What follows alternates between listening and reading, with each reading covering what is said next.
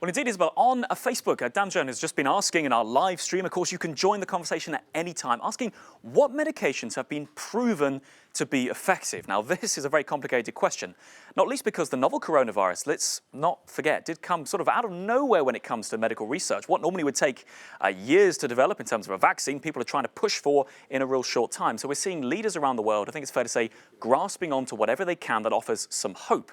Now, one of the drugs that has been touted is something called hydroxychloroquine. Now, that is a decades-old malaria drug, so is chloroquine, that is also used in cases like rheumatoid arthritis and lupus.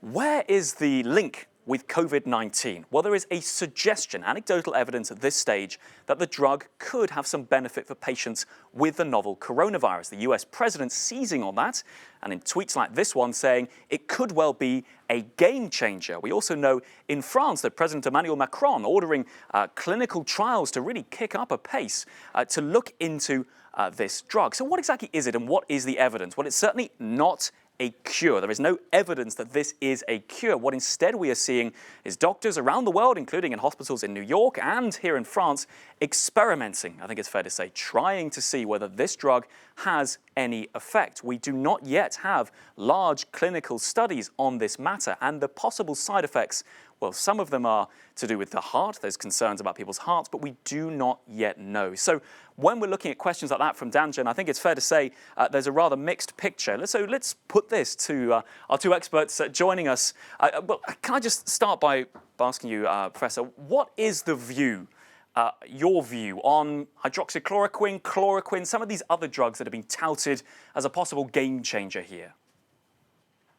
Yeah, hydroxychloroquine is interesting because it was shown to have effects against the virus in a test tube, say. There was evidence with other viruses that hydroxychloroquine might work, and that justified these trials.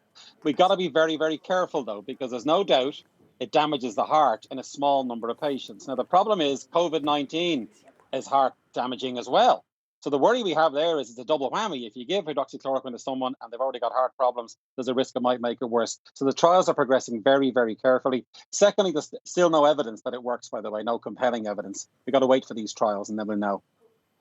So, you know, in your view, what should doctors be doing? Because obviously doctors with patients, and we're seeing obviously in heartbreaking situations in Italy and Spain, now in America, doctors really grasping for what they can.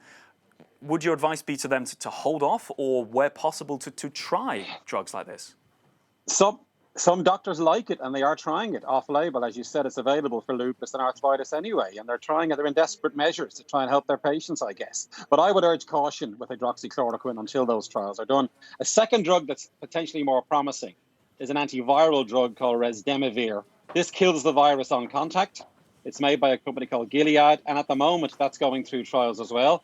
And there's little hints it might actually work. That would be a huge benefit, because here we have a drug to kill the virus in your body. It's marvelous. That's how we treat HIV, for instance. We use drugs to kill HIV directly. And we're waiting now for these trials to read out. In the next 3 or 4 weeks, that's the key window now. Some of these medicines, the results will begin to emerge, and we're all keeping our fingers firmly crossed.